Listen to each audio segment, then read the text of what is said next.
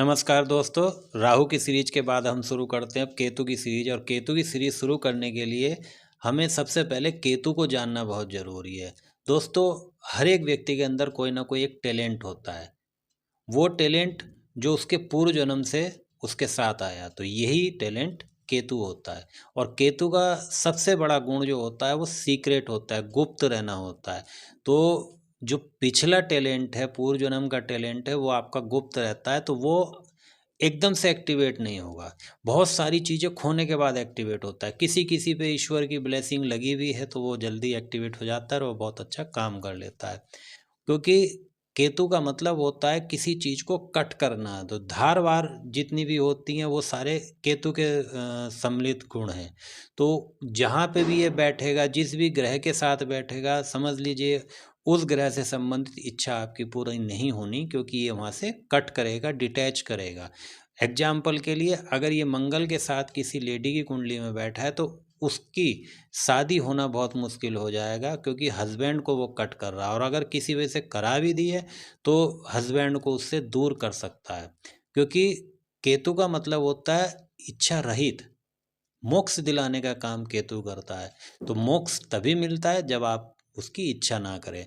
तो इसका सबसे अच्छा उपाय भी यही है कि जहाँ पे ये बैठा है उस हाउस से संबंधित आप इच्छा छोड़ दें, वो खुद होगी, ईश्वर पे छोड़ दें। क्योंकि ये पूर्व जन्म के आपके गुण हैं, पूर्व जन्म के आपके कर्म हैं। और इसके अलावा केतु रिसर्च है।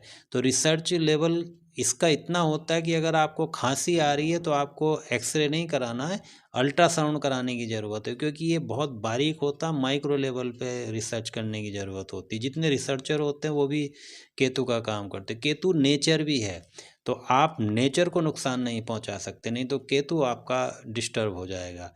और केतु जहाँ पे भी जैसे भी जुड़ेगा तो ये समझ लीजिए कि दोनों चीज़ें हैं। केतु जड़ है, तो या तो वहाँ की जड़ काट देगा या वो वहाँ की जड़ को मजबूत करेगा। तो पॉजिटिव होगा तो मजबूत करेगा, निगेटिव होगा तो कट कर देगा। तो दोस्तों, इसलिए केतु के बारे में जानना बहुत ज़रूरी है। आप केतु के बारे में पूरी सीरीज को जानिए। हर एक ग्रह के साथ साथ इसके अलग अलग क्या रिजल्ट होते हैं वो हम समझाएंगे।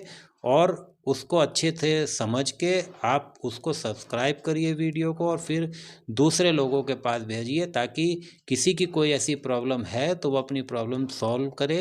क्योंकि केतु दान भी होता है। तो आप एक तरह से आप एक अच्छा काम कर रहे हैं, दान कर रहे हैं, और किसी को अगर उसका फ़ायदा मिल रहा तो वो कहीं ना कहीं आपके अच्छे कर्मों में आके आपको फ़ायदा देगा।